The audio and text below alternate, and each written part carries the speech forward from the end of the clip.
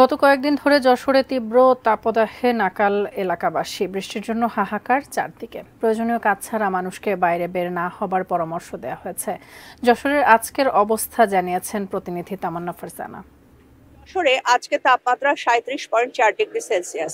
গত কয়েকদিন ধরে যশোরে তাপমাত্রা 36-এর নিচে নামছেই না। এই তাপদাহের ফলে বিশেষ করে সাধারণ খেটে খাওয়া মানুষরা সবচেয়ে বেশি সংকটে পড়েছে। তারা তাদের কাজ করতেই হবে বিধায় সংসার চালানোর জন্য যে তারা কাজ করবেই, এই কারণে তাদেরকে বাধ্য হয়ে কাজে নামতে হচ্ছে। এছাড়া সাধারণ মানুষও দুর্ভোগে পড়েছেন। তবে স্কুল 7 দিন বন্ধ দেওয়ার জন্য অভিভাবকরা অত্যন্ত খুশি হয়েছেন, কারণ এই গরমে বাচ্চাদেরকে স্কুলে নিয়ে আসা ছিল তাদের জন্য একটা কঠিন কাজ, এবং বাচ্চারা যদি অসুস্থ হয়ে পড়ে সেটাও তাদের শঙ্কায় ছিল।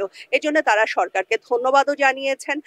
আমি কৃষি বিভাগের সাথে কথা বলেছি। কৃষি বিভাগ বলেছেন যে এই তীব্র দাবদাহের কারণে যেহেতু ধান উঠে গিয়েছে সেহেতু ধানের কোনো ক্ষতি হয়নি।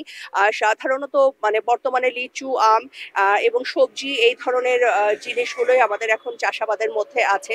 তো পানির স্তর যদি নেমে যেতে থাকে তাহলে সেক্ষেত্রে আমাদের পানির সংকট দেখা দিতে পারে এবং এবারে ফলন অনেক কম হতে পারে বলে কৃষি বিভাগ ধারণা করছে।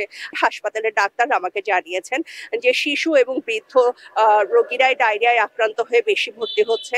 এখনো পর্যন্ত হিট স্ট্রোকে মৃত্যুবরণকারী কোনো রোগীর সংখ্যা এখনো আমরা পাইনি। এখনো পর্যন্ত যশোরে কেউ হিট স্ট্রোকে মারা যায়নি। বর্তমানে এই ছিল আমার কাছে যশোর থেকে সর্বশেষ গরমের খবর।